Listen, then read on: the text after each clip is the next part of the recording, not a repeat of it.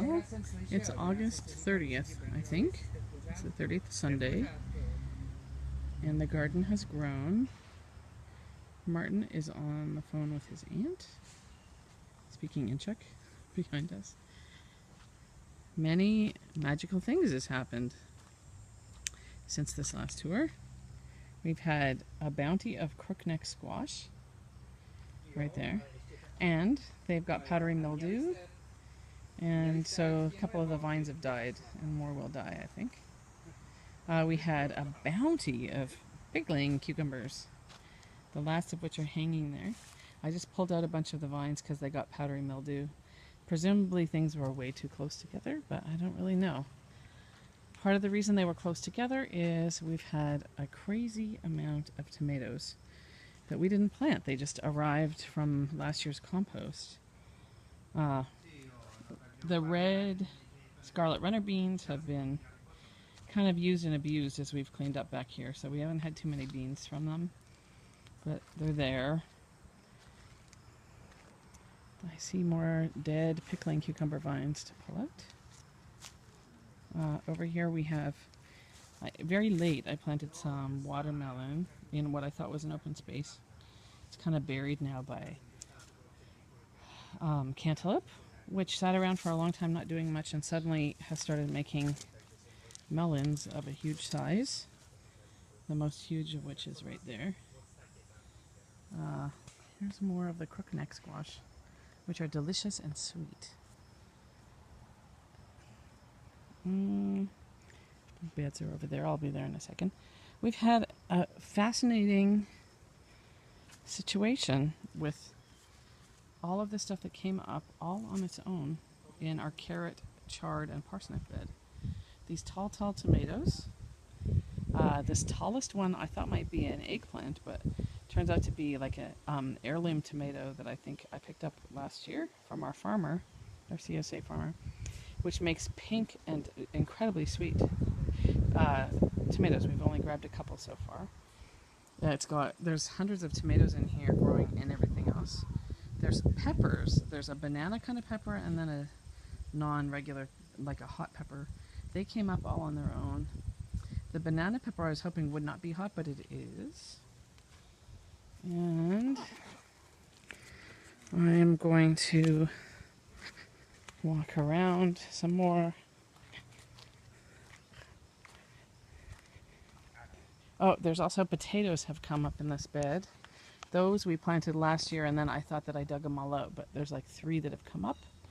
So presumably I missed some when I dug them last year. These carrots we put in late as a second crop, and they've done pretty poorly in our raised bed, which is not very nutrient rich, I don't think. This tomato I transplanted from the other carrot bed, carrot, parsnip, and chard bed. And it's super productive. We haven't eaten any yet, but looks like some of them will be ripe within a week. Our chard is doing great, but our kale is doing great. We've had probably a good 10 meals, given some to friends, and have about 10 bags in the freezer for winter, but they've got something that's making them go all warped. I think there's like a cutworm or something in them now.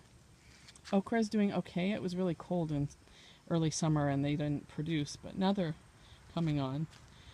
I planted, and by seed, mini peppers which have disappeared. They just haven't done anything. There's more hot peppers there that I dug out from the compost bed with the carrots and tomatoes. And then I bought a pack of 4 peppers that I can't tell if they're yellow or green, but they are making peppers, which is exciting. Brussels sprouts, we're trying cutting off the lower leaves to see if the sprouts will get bigger, and it seems to be working. So we have to figure out what the maximum number we can cut off is. There were multiplier onions here, and they eventually got shaded out and we dug them up, but they were delicious and gave us a lot of green onions too. Our Swiss chard is doing well. It's surviving an onslaught from something like a brown fly larva and also earwigs. Coffee grounds seem to keep the earwigs off. Beets that I just got a pack of late in the year. Those particular beets were shaded by our peas. So they're teensy. These ones over here are bigger. They're coming on now since I pulled the... We had garden peas here, green peas, where the beans are now coming in. I'm trying a second crop of beans, bush beans here. These kale are much thinner in the stem than these ones because they were super shaded. But we've been eating them and they're really happy now to get more sun. And back here where there was corn, well, you can see the remnants of it. The corn was the heartbreak of this garden this year. The corn did not...